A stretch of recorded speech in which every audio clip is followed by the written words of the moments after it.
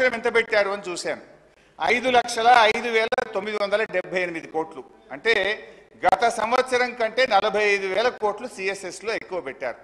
అంటే దేశం మొత్తానికి 28 రాష్ట్రాలు కేంద్రపాలిత ప్రాంతాలకు కలిపి వాళ్ళు పెంచింది 45,000 కోట్లు.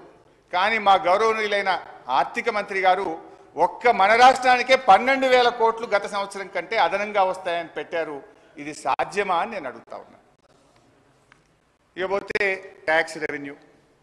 ట్యాక్స్ రెవెన్యూలో చూస్తే అధ్యక్ష, పోయిన సంవత్సరం కంటే ఈసారి 26,383 కోట్లు ట్యాక్స్ రెవెన్యూ ఎక్కువ వస్తుందని వారు బడ్జెట్లో ప్రతిపాదించారు.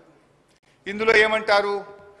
అసలు వాస్తవానికి ఇంత గ్రోత్ ఒక్కసారి రాదు అధ్యక్ష.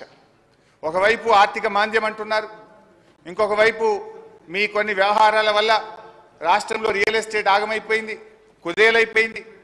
కానీ నేను I will go in to the details అధ్యక్ష.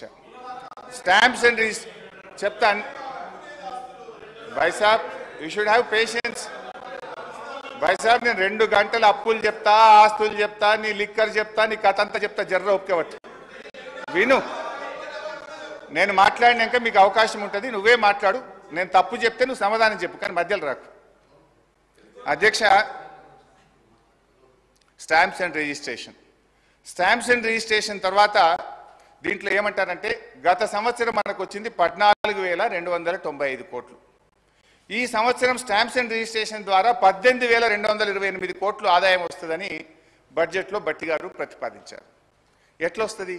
దాదాపు 4,000 కోట్లు స్టాంప్స్ అండ్ రిజిస్ట్రేషన్ ద్వారా అదనపు ఆదాయం రాష్ట్రానికి వస్తుంది, దాన్ని మేము ఖర్చు పెడతాము అన్నారు.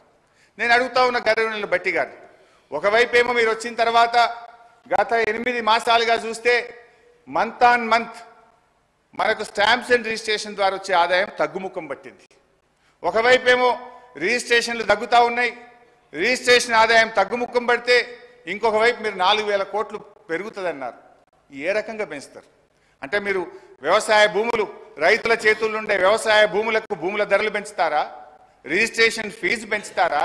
పేద మధ్యతరగతి ప్రజలు కొనుక్కునే అపార్ట్మెంట్ల మీద వాళ్ళ వాల్యూ పెంచుతారా?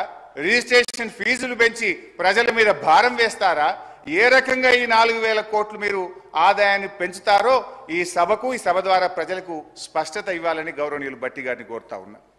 అధ్యక్ష, ఎక్సైజ్ ఇదైతే సిగ్గుతో తలదించుకోవాలి కాంగ్రెస్ పార్టీ నాయకులు.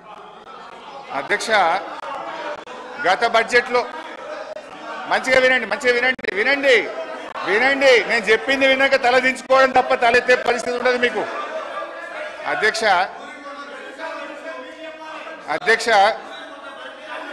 ప్లీజ్ అధ్యక్ష, 2023-24లో